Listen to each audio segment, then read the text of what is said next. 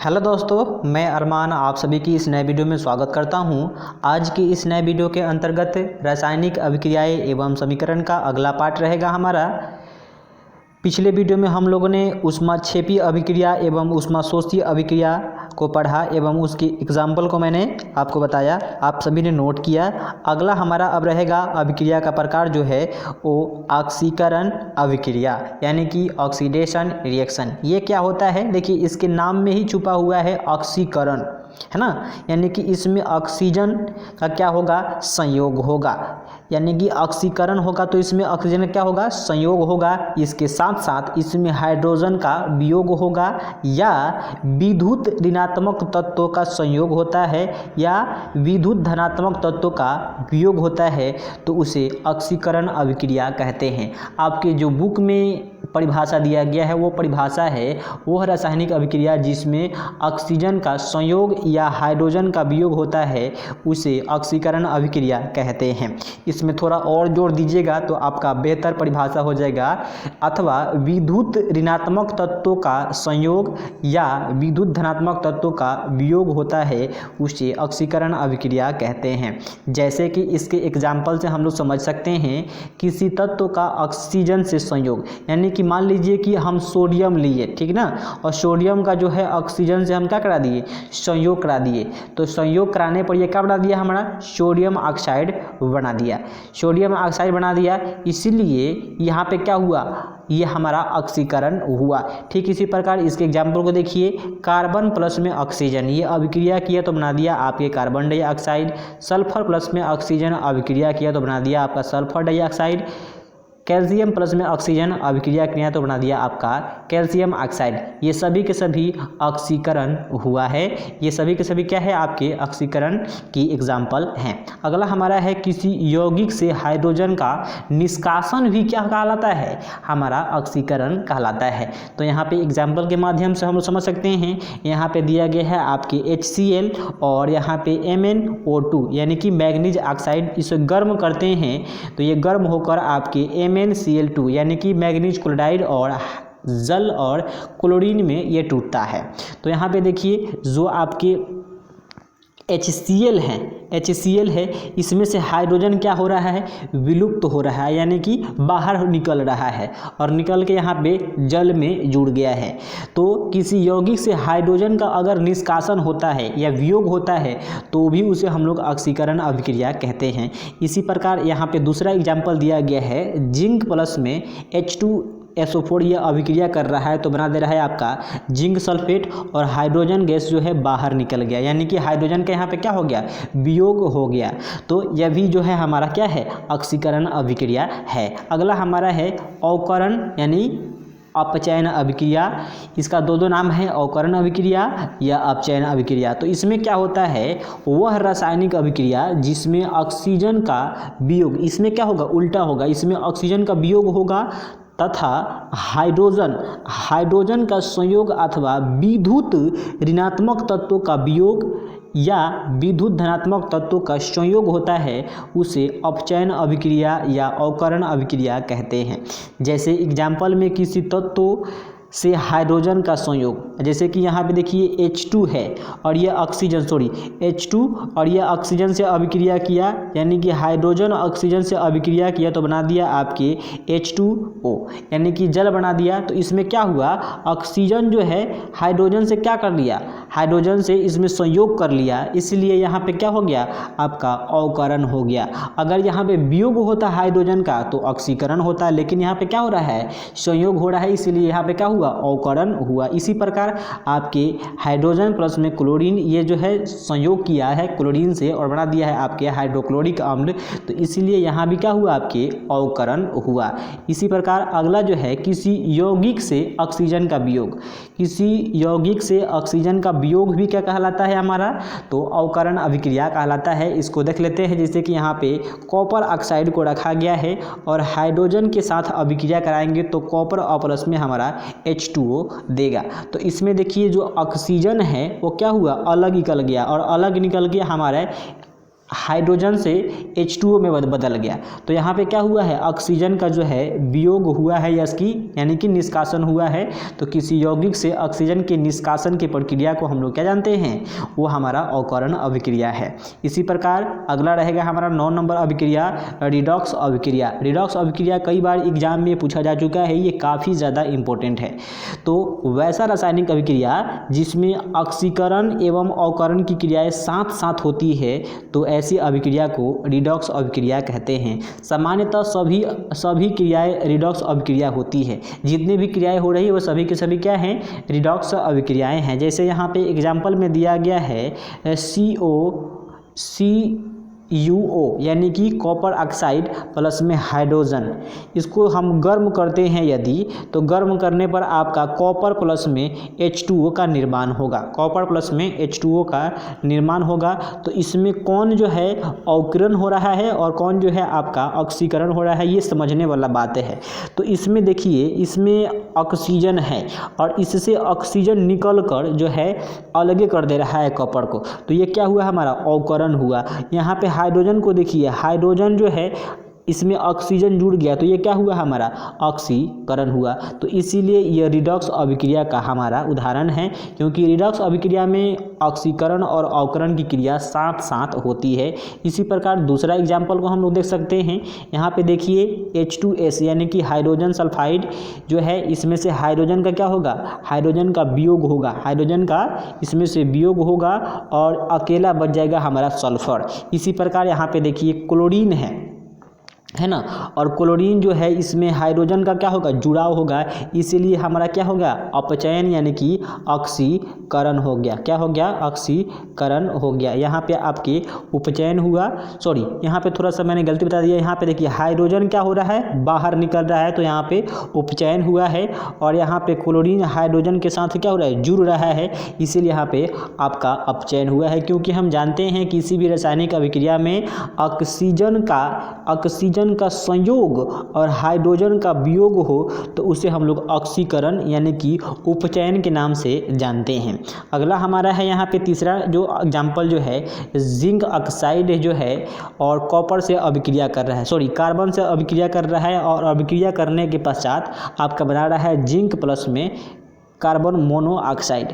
तो यहाँ पे देखिए जो आपके जिंक ऑक्साइड हैं, इसमें से ऑक्सीजन का क्या हो रहा है, निष्कासन हो रहा है, यानी कि बाहर निकल रहा है। इसीलिए जिंक हमारा क्या हो गया, अपचयन यानी कि अवकरण हो गया। यहाँ पे कार्बन देखिए, कार्बन में जो है ऑक्सीजन जुड़ गया है, तो ये क्या हो गया, आपका उपचयन यानी कि ऑक्सीकरण हो गया। तो बहुत सारे ऐसे एग्जाम्पल हैं। इसी प्रकार इस अभिक्रिया में आपके यहाँ पे जो ऊपर में दिया गया है, मैग्नीज ऑक्साइड प्लस में HCl यानी कि हाइड्रोक्लोरिक अम्ल अभिक्रिया करके बना दे रहा है आपका मैग्नीज क्लोराइड प्लस में H2O और आपका क्लोरीन। तो इसमें बताया गया है कि इस अभिक्रिया में आपके HCl और आपके कार्बन आयोडाइड में ऑक्सीकरण हुआ है तथा मैग्नीज ऑक्साइड और मैग्नीज क्लोराइड में अवकरण हुआ है। तो यहाँ पे ध्यान देने वाली बातें है कि इसमें जो HCl यानी कि जो HCl है और आपके क्लोरीन आयोडाइड है, इसमें क्या हुआ है, ऑक्सीकरण हुआ है, और आपके मैग्नीज ऑक्साइड एवं मैग्नीज क्लोराइड में क्या हुआ है, अवकरण की क्रिया हुआ है। इसी प्रकार देखिए उपचयन अभिक्रिया क्या होता है, इसको फिर से हम लोग रिपीट करते हैं। यदि किसी अभिक्रिया में ऑक्सीकरण की वृद्धि होती है, ऑक्सीजन की वृद्धि होती है या हाइड्रोजन का ह्रास होता है, तो उसे हम लोग उपचयन अभिक्रिया कहते हैं। अपचयन अभिक्रिया क्या है, यदि किसी अभिक्रिया में ऑक्सीजन की ह्रास या हाइड्रोजन की वृद्धि होती है तो उसे अपचयन अभिक्रिया के नाम से जानते हैं। उदासीनीकरण अभिक्रिया क्या है, इसको समझ लेते हैं। वह रासायनिक अभिक्रिया जिसमें अम्ल और क्षारक आपस में संयोग कर लवण और जल बनाते हैं उसे उदासीनीकरण अभिक्रिया कहते हैं। जैसे HCl है और यह आपके सोडियम हाइड्रोक्साइड से अभिक्रिया किया और अभिक्रिया करने के पश्चात ने बना दिया आपका साधारण नमक और साथ ही साथ जल। तो तो यहाँ पे देखिए जो आपके नमक हैं इसको हम लोग लवण बोलते हैं। क्या बोलते हैं? लवण बोलते हैं। और ये आपका जल तो हैले है, यानी कि जिस रासायनिक अभिक्रिया में अम्ल और क्षारक मिलेंगे, ये हमारा क्या है? अम्ल है, ये हमारा क्षारक है। ठीक, मिलकर यानी कि संयोग कर लवण और जल बनाते हैं तो उसे उदासीनीकरण अभिक्रिया कहते हैं। ठीक, इसी प्रकार अगला एग्जाम्पल आप लोग देखिए, इसमें दिया गया है आपके H2SO4 यानी कि सल्फ्यूरिक अम्ल, और यह आपका अभिक्रिया कर रहा है पोटेशियम हाइड्रोक्साइड से, और अभिक्रिया करने के पश्चात बना दे रहा है आपका पोटेशियम सल्फेट प्लस में आपका जल, यानी कि वह रासायनिक अभिक्रिया जिसमें कोई अम्ल और क्षारक आपस में संयोग कर आपके लवण और जल का निर्माण करता है तो उसे हम लोग उदासीनीकरण अभिक्रिया बोलते हैं। तो इसमें आपका K2SO4 क्या है? लवण है, और यह आपका H2O जल है। देखिए अगला हमारा है उदासीनीकरण अभिक्रिया में अम्ल और क्षारक एक दूसरे के गुण को नष्ट करते हैं। अम्ल और क्षारक जो होते हैं वो एक दूसरे के गुण को क्या करते हैं? नष्ट कर देते हैं। इसी प्रकार अवक्षेपण अभिक्रिया क्या है इसको समझते हैं। अवक्षेपण, ठीक ना, जब कोई रासायनिक अभिक्रिया किसी विलयन में होती है, किसमें होती है? किसी विलयन में होती है, और अभिक्रिया में अवक्षेप अघुलनशील पदार्थ बनते हैं। अभिक्रिया में अघुलनशील अवक्षेप जो है अघुलनशील पदार्थ बनते हैं, तब यह पदार्थ अवक्षेप कहलाता है, और यह घटना आपका अवक्षेपण अभिक्रिया कहलाती है। इस अभिक्रिया में अविलय लवण प्राप्त होता है जो बर्तन की तली में यानी कि पेंदी में बैठ जाता है। जैसे यहाँ पे एग्जाम्पल में आप समझ सकते हैं, बेरियम क्लोराइड को हम लोग सोडियम सल्फेट के साथ अभिक्रिया कराते हैं तो बेरियम सल्फेट प्लस में NaCl यानी कि नमक की प्राप्ति होती है। तो यहाँ पे जो आपका बेरियम सल्फेट जो है ये आपके पेंदी में जाके बैठ जाएगा, यानी कि ये जो है आपका लवण, यानी कि ये जो है आपके क्या है? अवक्षेप हैं। इसी प्रकार आपके यहाँ पे सोडियम क्लोराइड जो है ये जो है अभिक्रिया कर रहा है आपके लेड नाइट्राइड से। किससे कर रहा है? आपके सिल्वर नाइट्राइड से अभिक्रिया कर रहा है। अभिक्रिया करने के पश्चात बना दे रहा है आपके AgCl और प्लस में सोडियम नाइट्रेट। ठीक, तो यहाँ पे AgCl क्या है? आपके अवक्षेप हैं। इसी प्रकार अगला रहेगा हमारा संक्षारण। संक्षारण क्या होता है कि जब कोई धातु सतह हवा, नमी, अम्ल, क्षारक इत्यादि के संपर्क में आता है तो उसके साथ रासायनिक प्रतिक्रिया होने लगती है जिससे धातु का ह्रास होता है। इसे ही संक्षारण कहते हैं। जैसे लोहे में जंग लगना, चांदी के ऊपर काली परत एवं तांबे के ऊपर हरी परत चढ़ना संक्षारण के ही उदाहरण हैं। अगला टॉपिक रहेगा हमारा कि जंग क्या होता है इसको समझते हैं। जब किसी लोहे की वस्तु को स्वतंत्र सतह पर रख देने पर नमी और वायु की उपस्थिति में रासायनिक प्रतिक्रिया द्वारा कुछ दिनों के बाद उस पर लाल भूरे रंग का परत का निर्माण होता है जिसे जंग कहा जाता है। इस जंग को आप लोग घर के जो दरवाज़ा लगा होगा उस पर देख सकते हैं जिस पर काफ़ी दिनों से कोई लेप ना चढ़ा हो। अगला हमारा टॉपिक रहेगा विकृत गंधिता। यह क्या होता है कि जब तेल अथवा वसा युक्त खाद्य पदार्थ लंबे समय तक छोड़ देते हैं, जब तेल अथवा वसा युक्त खाद्य पदार्थ लंबे समय तक छोड़ दिया जाता है तब वे ऑक्सीकृत हो जाते हैं जिससे उनमें दुर्गंध यानी कि दुर्गंध आने लगती है एवं उसका स्वाद बदल जाता है। इसी प्रक्रिया को विकृत गंधिता कहते हैं।